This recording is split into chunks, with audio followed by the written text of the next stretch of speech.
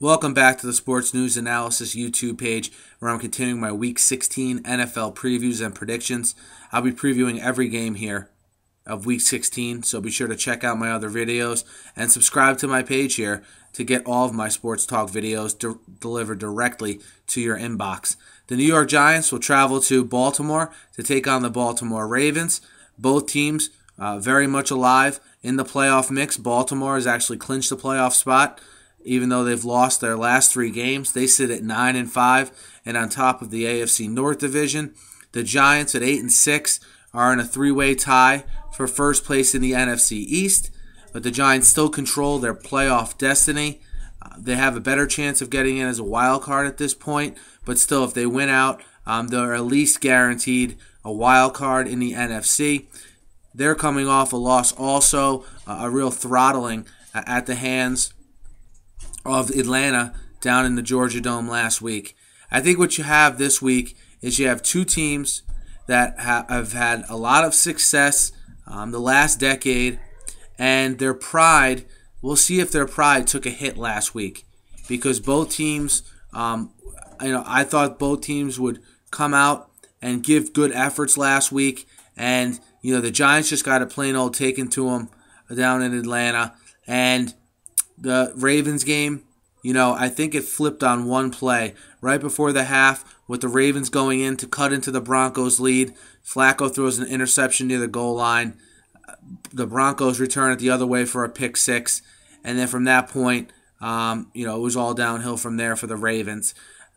That Ravens play, that play before halftime with Flacco, I don't know if that's a season-changing kind of play. That's how big the momentum was. If you watch that game, I happened to be watching it when that happened.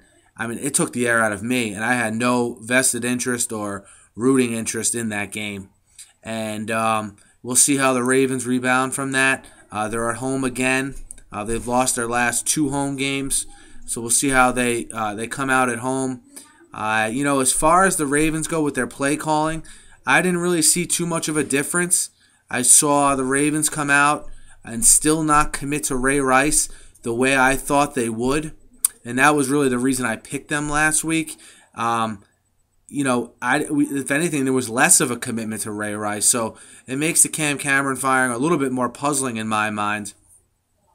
Baltimore has clinched the playoff spot, still looking to clinch the division.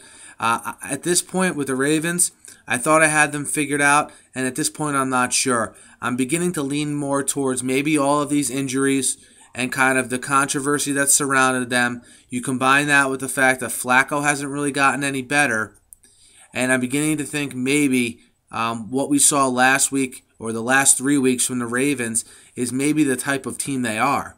And maybe, I'm thinking a little bit too highly of them, when I'm previewing games, quite frankly.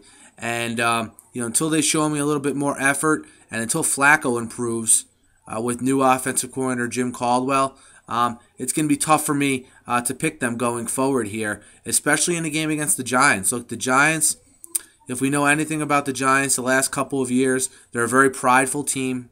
Their pride was definitely shaken last week. Okay, they were absolutely trounced by the Falcons. I saw the Falcons winning coming. I predicted that last week, but I didn't see the magnitude of the win coming.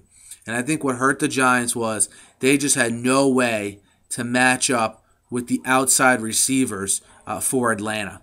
And with the Giants' defensive line not playing as they have in crunch time the last, on their most recent playoff runs, you see that secondary get exposed greatly. And I actually look for that theme to be present in this game, but I look for it to be the opposite. I don't think the Ravens, with Ladarius Webb being out and some other injuries they have in the secondary, I don't think that the Ravens can match up with the Giants receivers. Hakeem Nicks, Victor Cruz, obviously.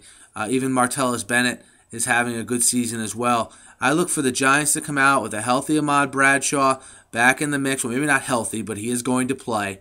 I look for a healthy Ahmad Bradshaw and those weapons to really get Eli going. And for Eli to have a game similar to how he did against New Orleans 2 weeks ago. I think we saw the good Eli then. We saw the bad Eli last week. I look for the Giants with their backs against the wall in a must-win spot to really come out with an excellent effort. Another injury to monitor for the Ravens is Torrey Smith. He's going through the concussion test. He got a concussion last week after he tried to come down with a pass, a Joe Flacco pass. So monitor that situation, and if he's hurt, I think that's going to hurt the Ravens even more, because while him and Bolden are pretty solid, they're not very deep in their receiving core. But I look for that Giants passing attack to be the difference. I have to think, based on what I've seen in the past, that this Giants pass rush will eventually wake up, that Jason Pierre-Paul will start living back up to the sort of the precedent or the level that he set last year, and maybe that'll spark Justin Tuck and Osi Umenyiora as well, and the number of pass rushers the Giants really have. So I look for the pass rush to come out a little more motivated for the Giants. I look for the receivers to come out and outplay the Ravens defensive backs in this one. And overall, remember, the Ravens have clinched the playoff spot. The Giants are still striving to get there. And while I know the Ravens, they're not comfortable having clinched that playoff spot, having lost 3 games in a row, I think there's just a natural take your foot off the gas a little bit the week after you clinch a playoff spot. You combine that with the fact that the Ravens aren't playing well. I like the Giants minus 2.5 on the road in Baltimore. So I like the Giants in this one, guys. Be sure to check out my other videos. And as always, you can catch me on Twitter as well, @SNewsAnalysis. Thanks, guys, and have a good night.